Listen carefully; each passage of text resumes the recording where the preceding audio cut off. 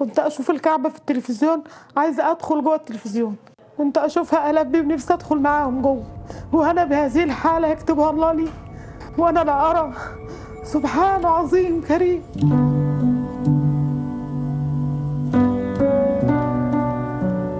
اول مره اجي هنا قعدنا يومين وتعبت، بدأ التعب يشتغل، انا مش راضيه اتكلم، مش راضيه اقول عشان ما ازعجش الناس اللي قاعده معايا، قاعده ساكته، بدخل اجي اعلق الهدوم مش قادره، اجي اعلق حاجه كده على الشماعه روحي تطلع مش قادره، اقعد في الارض مش قادره، اقعد في السرير مش قادره. بعدين بعد ما صلوا الفجر قوم صلي الفجر مش قادره اصلي، مش قادره اتحرك وقاعده كبشانه وسقعانه وخايفه، والالم شديد قوي قوي هنا في الحته دي، الم شديد.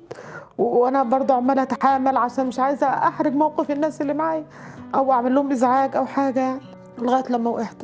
ما هم مش حاسه بقى، بعد ما وقعت هم اتصلوا بالاسعاف جت، فالمسعف قال دي الحاله خطر، اسعفني بسرعه، وقعد يقول لي افتحي عينك افتحي عينك، حط له الاكسجين لان أنا كنت بنتهي. انا بس ماسكه الحته دي وعماله اقول اعمل كده، هم بقى عرفوا، هم فاهمين وعارفين انا اتعاملت معامله حسنه ومعامله كريمه، والحمد لله انا انسانه محترمه وكريمه جدا، والله يعني يجعل الملك الذي تبرع به يجعله في ميزان حسناته يا رب العالمين. انا يعني راضيه جدا عن اللي بيحصل دوت ومبسوطه والله، عارفه ان ده رضا ربنا عليا، وبقول الحمد لله الحمد لله.